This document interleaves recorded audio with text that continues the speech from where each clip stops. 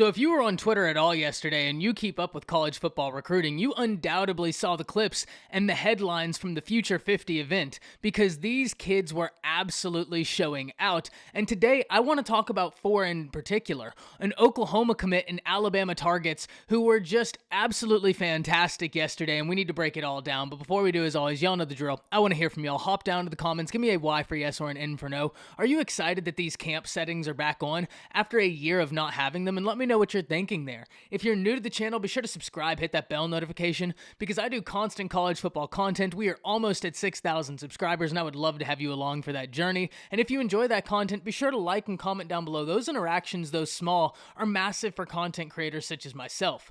But with all that being said, let's kick this off and talk about Luther Burden, the Oklahoma commit. And Luther Burden is an individual who we've talked about at length here on this channel.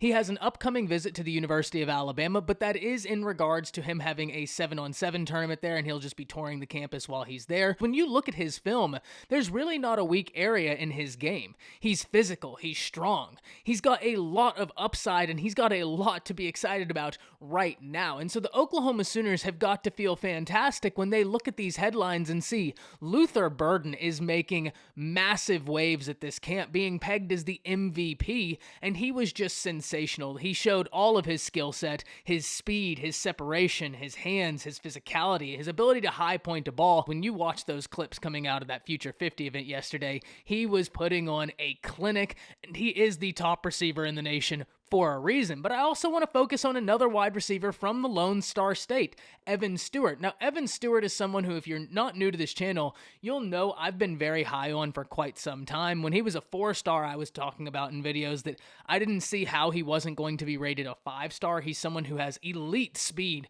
and a ton of upside. He was also putting all of his abilities on full display yesterday, tabbing multiple headlines as being a standout player.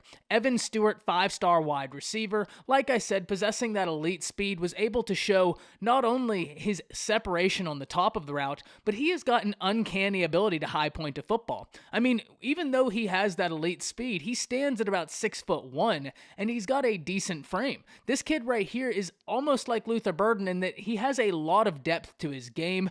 All institutions in the nation would be happy to even land a pitch, but the Alabama Crimson Tide are looking to do everything they can to get Evan Stewart a part of this class. He is a very important prospect for the Crimson Tide. The former Texas Longhorn commit, though not having the Longhorns out of the equation, is certainly looking around at institutions right now. But other Alabama targets were putting their abilities on Front Street. Particularly, I want to signal out two guys, offensive lineman Tyler Booker and defensive lineman Walter Nolan. Now, Walter Nolan is an individual who I've had at the top of the priority list for the Alabama Crimson Tide 2022 recruiting class, and for good measure. And in fact, I was over the moon the other week when Ty Simpson was talking at the Elite 11 camp that Walter Nolan was someone who he was going to do everything in his power to get a part of the Alabama Crimson Tide class, and he called his shot that Walter Nolan would be joining him. Walter Nolan is a very special prospect, and we saw clips of that Top 50 event yesterday of Walter Nolan just being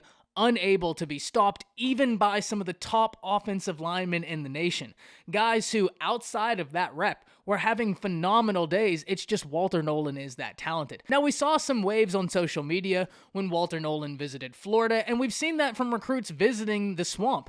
They've had a lot of positivity coming out of a lot of these visits, but the one thing I will say is Walter Nolan is still very new into the visitation period. He still has a lot of institutions to go see, including the Crimson Tide, so Alabama is still squarely in this battle, and it also helps that an in-state kid such as Ty Simpson, another 5-star, is going to be in his ear, and Alabama has such a long and storied history with developing talent and sending them to the first round of the NFL draft. That article coming out this past week talking about Alabama's development rates. The last guy I want to talk about is offensive tackle Tyler Booker out of IMG. Now, Tyler Booker is an individual that is of a large importance to the Crimson Tide class. The offensive line is a position that, though Alabama absolutely cleaned house with last year, I mean, my goodness me, that class they pulled in last last year was sensational, they absolutely will be looking to add in with more talented guys, and Tyler Booker is one of those guys, and he put it on full display yesterday. Now, once again, the Crimson Tide are going to be locked in a battle with Tyler Booker with the likes of Ohio State,